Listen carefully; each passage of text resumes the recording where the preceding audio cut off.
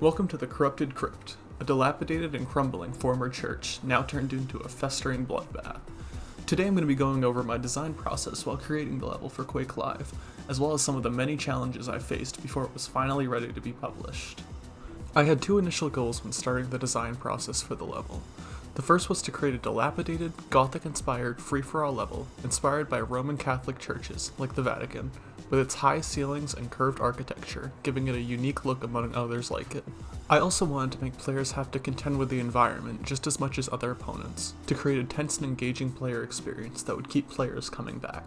I used the grappling hook weapon as a way to help players engage with this verticality in the environment, and open up the floor to more interesting level designs and concepts. Before starting the design phase of Corrupted Crypt, I had several challenges I had to overcome to create a level with good flow and gameplay that would engage the player to keep fighting. The first was to make sure the larger spaces were accompanying to airborne-based interactions with the grappling hook, while also making those fights as interesting as the ones on the ground.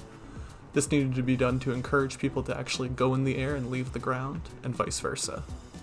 My second challenge was making sure the level was traversable without the use of the grappling hook, as to make players without it, or who are not as accustomed to it, not at a severe disadvantage to someone who's using one. I began by building a rough outline of the level.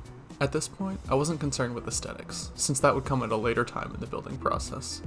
I wanted to spend as much time as possible in the beginning to make the main areas a believable size that would work well with the grapple mechanics.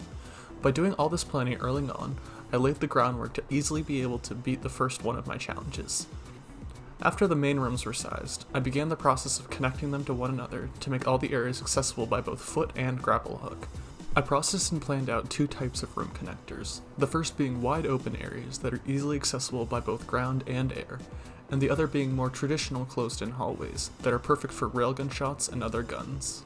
I wanted players to have to determine when best to use the tools at their disposal to help traverse the level, and creating areas like this makes it so one dominant strategy doesn't reign supreme, and players are forced to adapt to their environment more than they would in a normal map. Since most of the high-flying grapple gameplay takes place in the main area, I also wanted to add special environment pieces to make flying through the air exciting. The chains and hanging platforms came as a result of this mindset, and are meant to both decrease visibility in the air and give players a reason to want to go higher and get a better vantage point. Corrupted Keep is currently downloadable in the Steam Workshop for anyone who wants to try it out.